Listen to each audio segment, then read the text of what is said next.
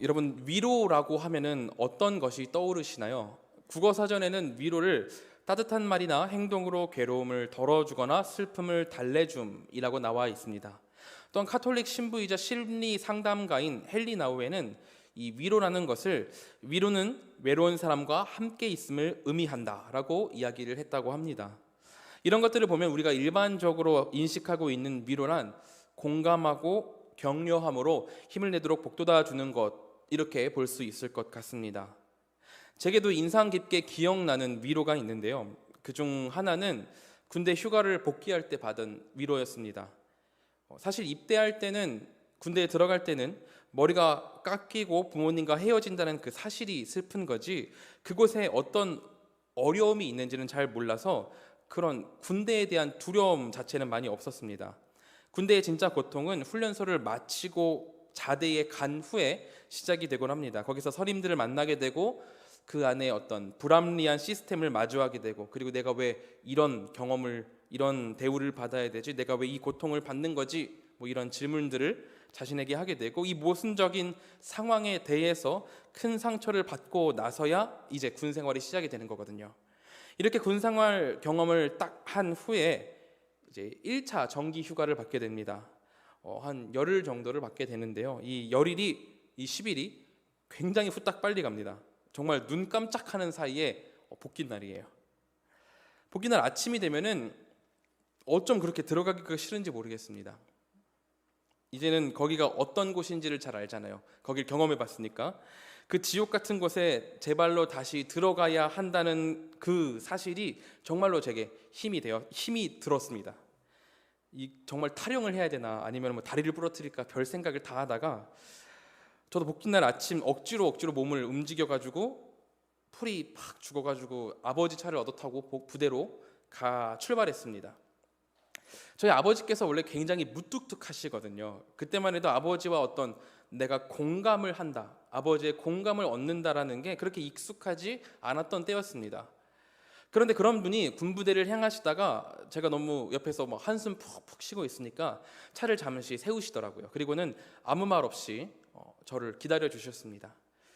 아버지도 아셨던 거죠. 이제 1차 정기 휴가가 끝나고 군부대에 다시 돌아가는 게 얼마나 힘든 일인지 이거 아셨던 것 같습니다. 그래서 내 아들에게 잠시 정리할 시간이 필요하고 위로가 필요하겠구나라는 그런 생각이 드셨던 것 같습니다.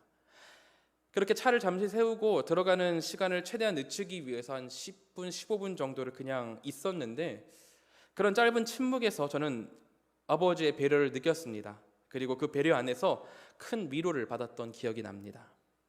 우리 공동체 내에도 이런 따뜻한 위로가 있기를 소망합니다. 참 팍팍하고 어려운 때입니다. 이게 정치권 같은 걸 봐도 갈등이 한번 일어나면은 한쪽이 뿌리가 뽑혀서 정리가 될 때까지 사건을 끌고 가는 것을 볼 수 있습니다. 그리고 그것이 사회로 내려와서 남에게 약점을 보이면 그게 책 잡힐까봐 막 그러지 않으려고 노력을 하면서 긴장하면서 살게 되고, 그러다 보니까 사람들이 서로 신경질적이 되고 상처받는 일들이 되풀이되고 있습니다.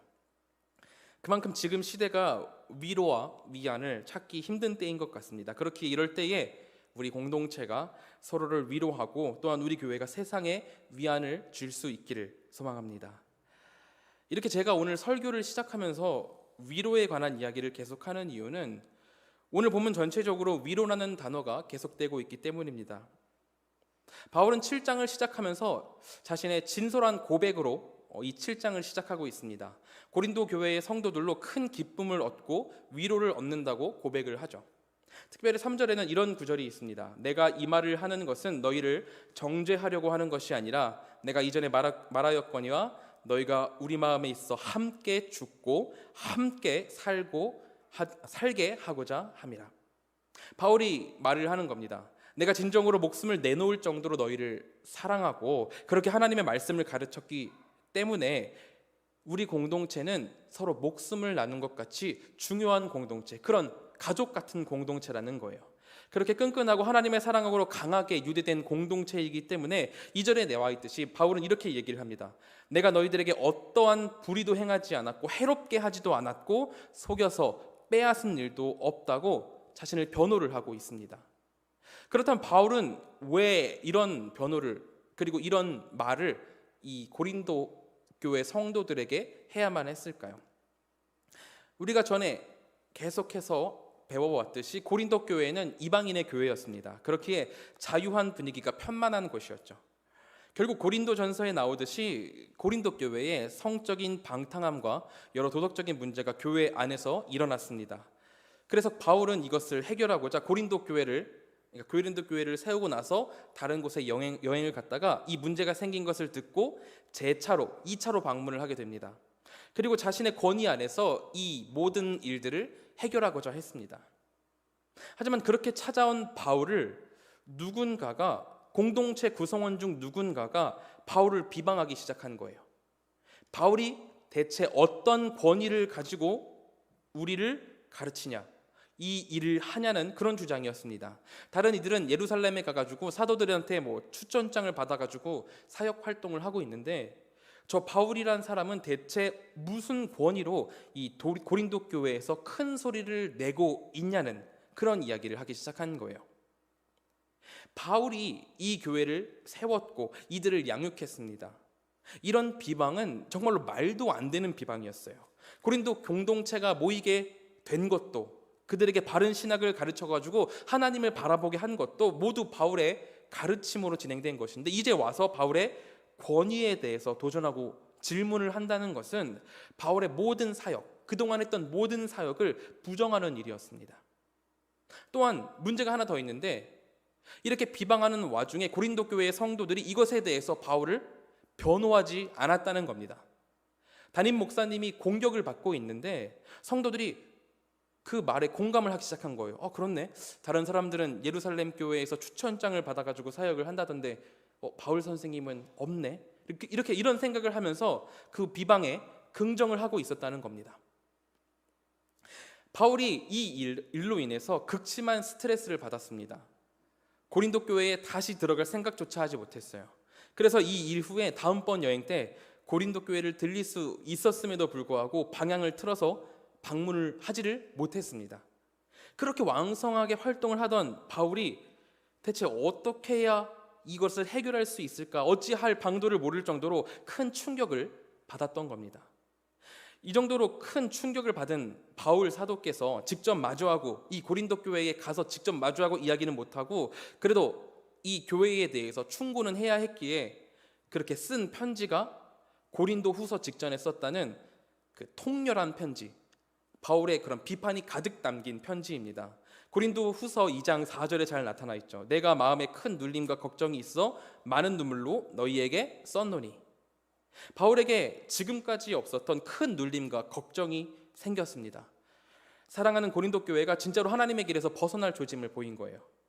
그래서 바울 본인이 느끼기에도 강한 비판을 담은 편지를 이 고린도 후서 전에 보냈습니다. 거기에다가 이제 도덕을 지키지 못하고 바울을 비판한 이를 적절히 조치하라, 그리고 바울에 대한 변호를 회복하라고 강하게 이야기를 하면서 혼을 낸 거죠. 우리 성도님들께서도 혼을 내보신 적이 있을 거예요. 자녀들에게 혼을 내보신 적이 있을 겁니다. 자녀가 잘못을 한 번 하고 두 번 하고 계속해서 죄를 저지르면은 다시는 그 잘못을 하지 않도록 따끔하게 혼을 내게 되죠. 아이가 울고 불고 난리를 쳐도 그 아이의 성장을 위해서 억지로 회초리를 드셨을 겁니다. 그러면 그렇게 혼을 내시고 야 이건 네가 잘못했으니까 혼난 거에 찌릿하면서 그냥 뒤돌아버리실 분은 아무도 없을 거라 생각이 됩니다. 내 자녀가 잘 되었으면 해서, 내 자녀를 사랑하기 때문에 혼을 내신 거잖아요. 어느 부모님도 자녀를 혼을 내고 나서 속이 후련하다, 스트레스 풀었네 이렇게 말하시는 분은 없을 거라는 겁니다. 오히려 혼을 내시고도 사실 부모님들은 좌불안석이 되시잖아요. 행여나 많이 아프진 않았을까? 혼남의 참뜻은 알았을까? 이것을 통해서 잘 성장해야 할 텐데, 이런 마음으로 오히려 혼을 낸 부모님들 마음이 번민이 일죠. 저도 우리 유년부 친구들이 잘못했을 때, 아니면은 교회 공동체 내에서 잘못이 있을 때 이것을 어떻게 바로잡아야 할지에 대한 고민을 하곤 합니다.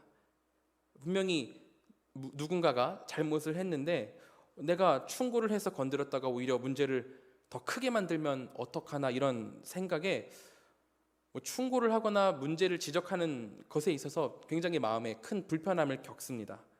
그리고 가끔은 따끔한 이야기를 하고도 속이 편치를 못하죠.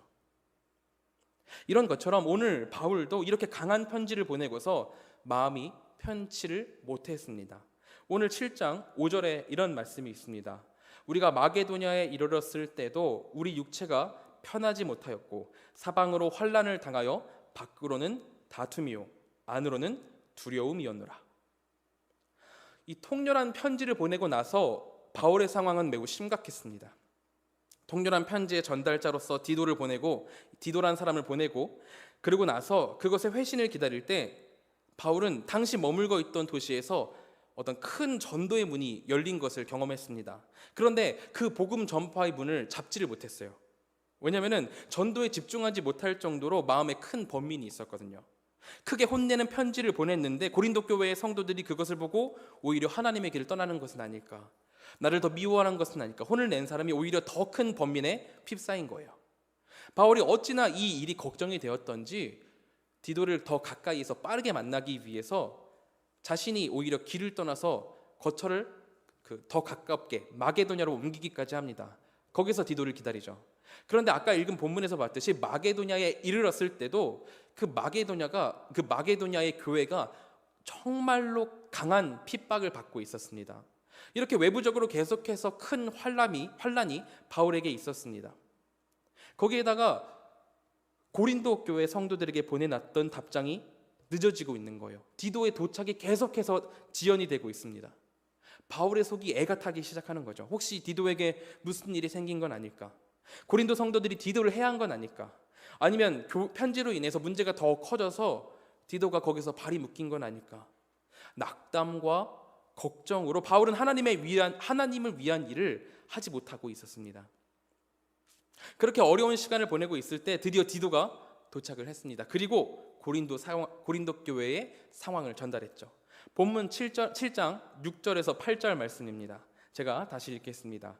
그러나 낙심한 자들을 위로하시는 하나님이 디도가 오므로 우리를 위로하였으니 그가 온 것뿐 아니요 오직 그가 너희에게서 받은 그 위로로 위로하고 너희의 사모함과 애통함과 나를 위하여 열심 있는 것을 우리에게 보고함으로 나를 더욱 기쁘게 하였느니라. 그러므로 내가 편지로 너희를 근심하게 한 것을 후회하였으나 지금은 후회하지 아니함은 그 편지가 너희로 잠시만 근심하게 한 줄을 알미라. 내가 지금 기뻐함은 너희로 근심하게 한 까닭이 아니 오히려 너희가 근심함으로 회개함에 이른 까닭이라. 너희가 하나님의 뜻대로 근심하게 된 것은 우리에게서 아무 해도 받지 않게 하려 함이라. 디도가 드디어 도착했습니다. 그리고는 바울에게 고린도 교회의 상황을 전달합니다. 고린도 교회의 성도들이 바울의 그 통렬한 편지를 받고 마음이 상하는 게 아니라 도리어 다 자신들의 잘못을 뉘우치고 회개했다는 내용이었습니다. 이게 지금 힘든 시기를 지나고 있는, 이 상황을 지나고 있는 바울에게 얼마나 큰 기쁨이 될지, 그리고 이것이 얼마나 큰 위안이 됐지 한번 상상이 되십니까? 드로아에서 전도의 문이 크게 열렸음에도 불구하고 고린도 교회에 대한 걱정 때문에 전도를 못했어요. 그리고 가까이 마게도냐에 옮겨와서는 사방으로 환난을 당하고 있는 상황이었습니다. 최악이었어요.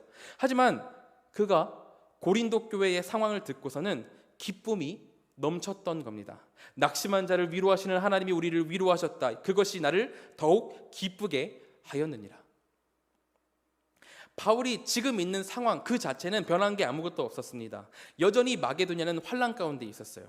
그런데 고린도 교회의 성도들이 회개하고 바른 길을 가겠다고 답을 보내자 그것이 바울에게 위로가 되고 충만하게 기쁨이 넘치게 되어가지고 다시 왕성한 사역을 하던 바울의 모습으로 변화하게 만들었다는 겁니다. 이 위로와 회복을 바울이 의도한 게 아니었습니다.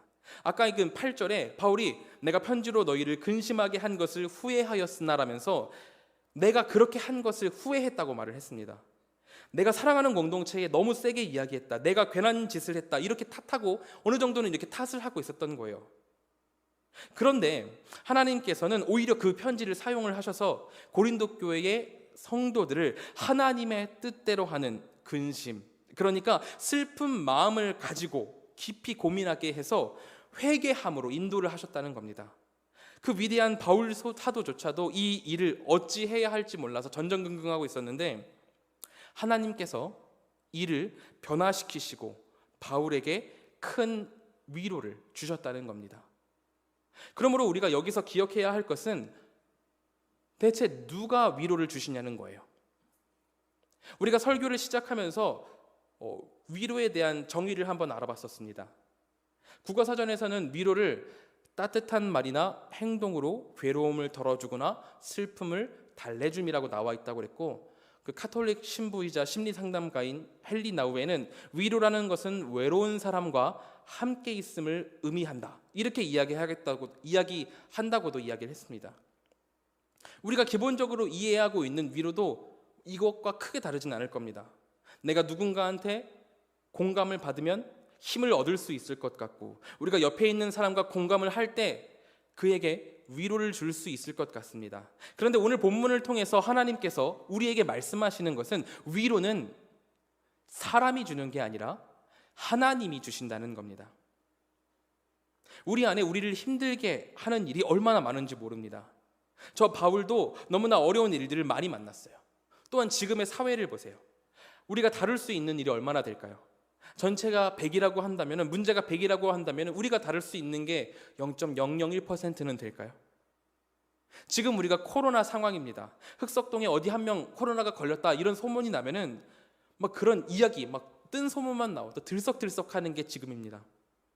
인간 관계, 아무리 사람을 잘 알고 잘 지낸다고 하더라도 앞을 알 수 없는 게 사람과 사람의 관계이죠. 이런 수많은 것들로 우리는 좌절을 겪습니다.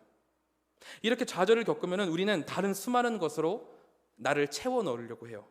스스로 그렇게 회복을 하려고 합니다. 아니면 좌절한 사람을 볼 때 들어주고 공감하고 응원해 줌으로 그를 회복시키려고 하죠. 하지만 이미 우리가 많이 겪으셨잖아요.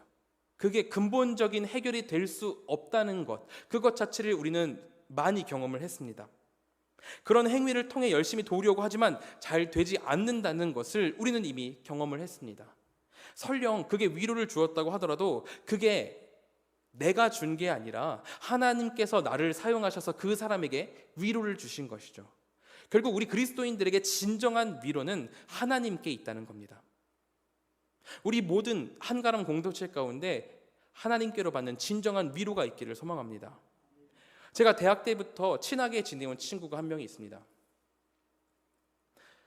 그 친구가 총신대를 나왔음에도 불구하고 아직도 좀 신학이 연약한 편인데, 감사하게도 신앙적인 질문이 있거나 궁금함이 있을 때마다 저한테 물어와요. 사실 근데 제가 뭘 잘 알겠어요. 그냥 얘기를 해주는 건데, 이 친구가 가끔 연애에 대해서도 묻고 막 그럽니다. 저도 아직 결혼도 못하고 연애도 못하고 있는데 황당하게 그지없을 때가 너무나 많습니다. 그럼에도 상담에 대한 기본적인 자세가 경청하고 그의 편에서 이야기를 해주는 것이기 때문에 이 원리를 토대로 때마다 그 친구의 상황에 맞게 공감을 해줬습니다. 그런데 어느 날은 교회의 문제에 대한 뉴스가 떴고 그것에 대해서 질문을 저한테 물어왔습니다. 그때도 사실 저는 약간 이빠른 말을 하고 있었어요. 그렇구나, 그런 일이 있었구나 이러고 있었는데 그 친구가 말을 하다 말고 그러더라고요. 아니 지금 내가 공감을 듣고 싶은 게 아니야. 나한테 편한 말을 듣고 싶은 게 아니라 장건진 강도사의 생각은 대체 뭐냐고 이렇게 물어보더라고요. 제가 그때 든 생각이 공감만으로는 한계가 있구나. 세상은 공감해주고 경청하고 그러면 위로가 저절로 생긴다고 하는데 그게 다가 아니구나. 위로에도 방향성이 있어야 되고 목적이 있어야겠구나라는 생각을 든 겁니다. 이 목적이 없는 위로는 오히려 독일 수 있겠구나라는 생각을 한 겁니다. 심리학이라든지 대화를 통한 위로는 당장 듣기에는 좋을 수 있습니다. 하지만 장기적으로 봤을 때 그런 목적 없는 위로는 근본적인 해결을 해 나갈 수가 없다는 거예요. 바울이 오늘 받은 위로는 단지 공감이나 곁에 있는 것만으로 얻는 단순한 위로가 아니었습니다. 그것은 근본적인 원인을 해결하고 지친 바울의 마음에 생명수를 불어넣는 온전한 하나님의 위로였어요. 바울은 이것을 알고 있었습니다. 그리고 그런 하나님의 위로가 있기 위해서 무엇이 선행되어야 하는지를 오늘 본문을 통해서 그래서 제시를 하고 있는 겁니다.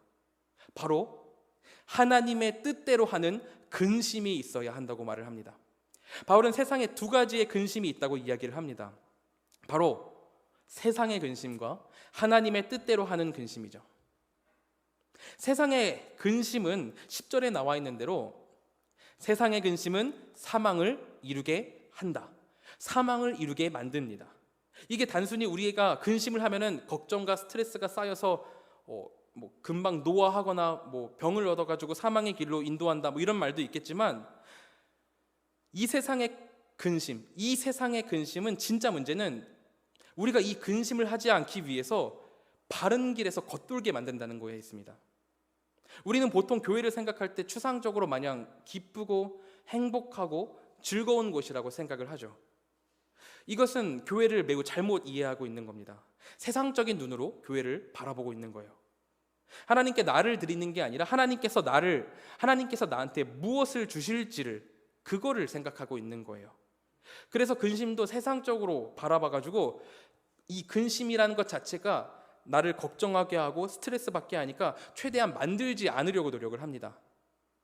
그래서 나를 기분 나쁘게 하고 어렵게 하는 그 감정들을 의도적으로 피하죠. 하지만 바울은 그렇지 않았습니다. 그는 오늘 본문을 통해서 하나님의 뜻대로 하는 근심을 가지라고 고린도 성도들에게 강하게 이야기를 하고 있습니다. 내가 지금 속한 상황과 환경으로 인한 이 근심이 아니라 나를 되돌아보고 내 안에 어떤 악한 것이 있구나, 내 감정은 이것으로부터 도망가라고 말을 하고 너무나 써서 삼키기 싫다라고 얘기를 하지만 이것을 이겨내고 죄에 대한 근심을 소화해야 한다고 바울이 이야기를 하고 있는 거예요. 그렇게 하나님의 뜻대로 하는 그 근심을 안고 나아갈 때 10절에 나와 있듯이 후회할 것이 없는 구원에 이르게 하는 회개를 이루게 된다는 겁니다.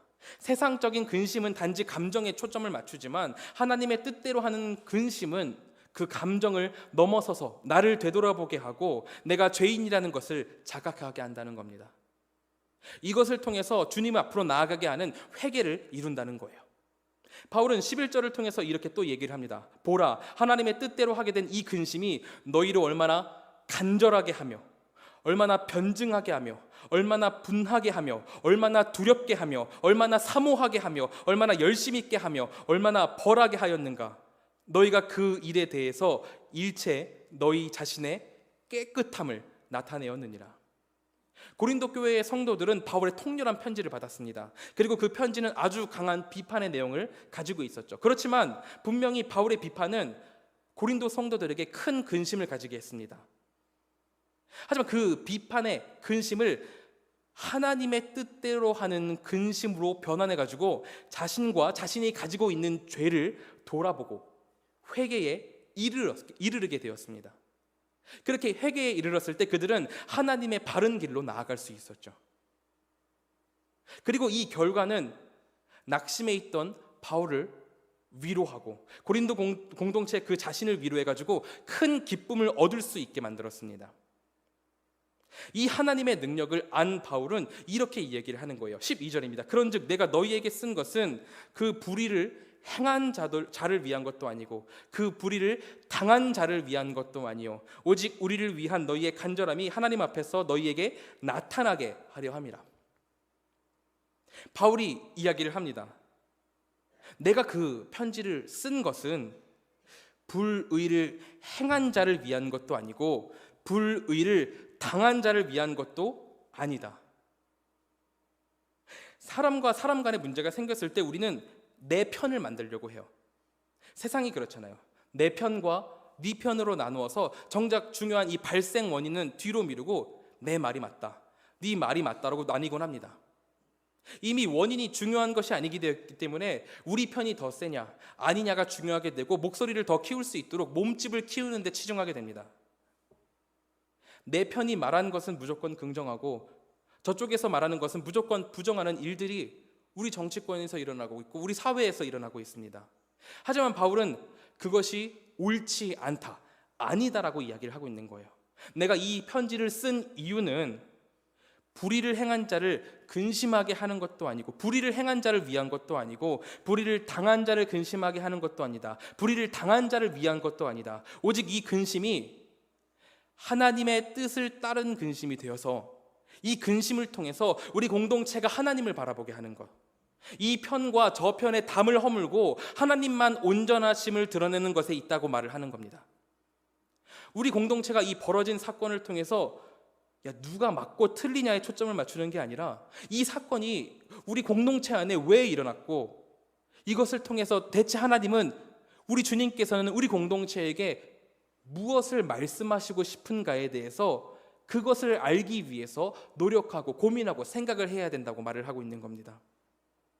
각자 상대방한테 가가지고 공감하고 긍정해서 목적 없는 위로를, 그런 것들을 만들어내는 것이 아니라 고린도 공동체 안에 일어난 이 문제를 통해서 주님의 뜻을 배우고, 그 뜻이 우리 공동체 가운데에 어떻게 받아들여질 것인가, 하나님의 뜻은 무엇인가에 대해서 알물 통해서 주님께서 주시는 진정한 위로가 이 고린도 공동체 안에 있어야 된다라고 이야기를 하고 있는 거예요.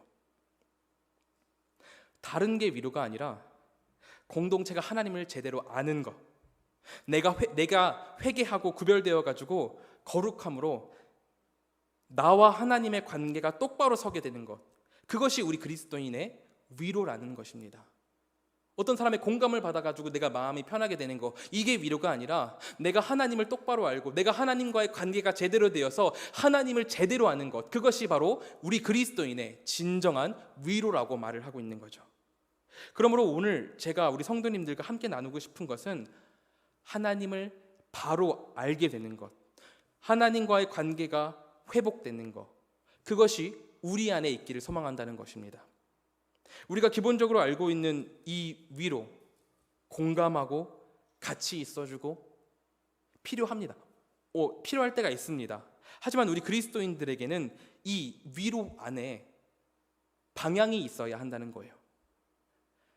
당사자가 겪고 있을 문제를 통해 하나님의 관계가 1cm라도 더 가까워지고 하나님의 참 뜻을 알고 하나님의 임재를 경험하는 그런 은혜의 방향으로 우리가 나아가야 한다는 것입니다.